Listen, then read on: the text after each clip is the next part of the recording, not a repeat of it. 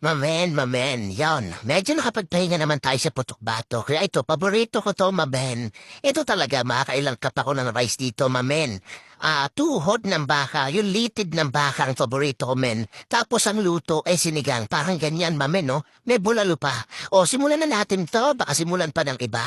Ayan, o, dahil may pressure cooker naman ako, itong titirahin. Pero sabi ko nga, kung wala kang pressure cooker, mas matagal mo lang pakukuluan, mamen.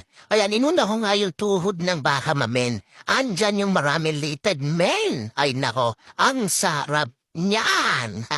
Ayan, mamen, sinunod ko naman yung parang bias yung may laman, mamen. Ayan, o, inisa-isa ko pa. Kinaayos ko, mamen, kasi baka di kumasya, baka di lumubog, eh. Mahirap palambutin yan.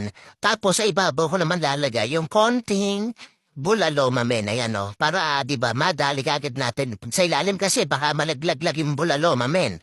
Yan, inaayos-ayos ko siyang ganyan, mamen. Tapos pag okay na, tsaka ko siya lalagyan ng criminal water, mamen. Dapat yung medyo lubog sila, ha? Ayan, wala muna akong lalagay na iba, mamen, kasi sasadaban natin yan. Baka pag tinanggal natin yung impurities, baka sumama lang yung mga sibuyas, kaya mamaya na. Ayan na kasi nasa labang ko na kaya lang napansin ko, parang hirap, ha? Kaya tinapon ko na lang yung sabaw, mamen, yung kalahati lang. Okay, mag-alala. Hindi mababawasan ang lasa niyan dahil puro buto yan, mamen. Ayun, kung mayroong mekus-mekus, may naspo-naspo rin, mamen, dapat lagi malinis sa station.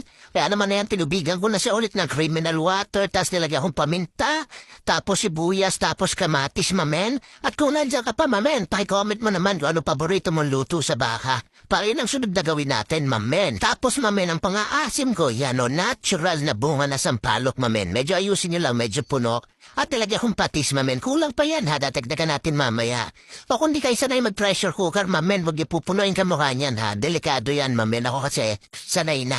Ayan, nung sumisirit na, so sumisipol na, start tayo mag-oras, sinaan niyo apoy 1 hour, mamen. Ayan, after 1 hour, tignan niyo, hindi ko pinasingaw kasi alam ko sisirit yan. Pinandaran ko na running water hanggang marinig niyo yan. Yan, ibig sabihin, sumingaw na yan, wala ng pressure kahit hindi ko tanggalin yung whistle, ayan na. Uy, medyo nagulat ako sa sampalok, medyo nangitim, mamen. Yung pala, medyo mahinog-hinog na siya, kaya naman nung pinipiga ko siya, mamen, tinitikman-tikman ko agad, ayan, no? Yan, ginamitan ko ng pang mas ng patatas, mamen. Yan. Medyo natatabangan na ako sa asim niya, kaya dinagdagan ko na sinigang mix yan. At ito, baka malaglag pa. Eh, akin na lang, di ba? Baka humalo pa sa sabaw. Eh, teka, ayan, no?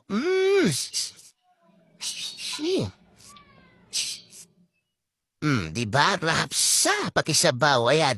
Yan ko nalaman na hulang siya sa asin. Pero tinry ko pa rin pigain, mamen. Ayan. Galing kasi yan dito sa parang plaza sa dagingan yung mga nalaglag. Kulang na pala. Yan, dinagdagan ko na sinigang mix pero kinuha ko na isang bulalo at ang makinabang sabaw. Yan, tsaka ko nilagay yung ceiling green, tapos lalagyan ko rin yan ng okra, 3 tali, mamen. Tapos lalagyan ko rin yan yan na yung mga gulay ko, husin nyo, labano, simang para sinigang. Pero ko okra lang at talbos ng kamote, goods na, sabay tinimplaan ko ng patis. At kung nandiyan ka pa, mamen, nanonood ka pa, baka pwedeng pa like and share ng video, mamen. O pag nandiyan sa part na yan, dahon na nilalagay, malapit na magkainan, kaya naman, isisigaw ko na. Rapsa! Men?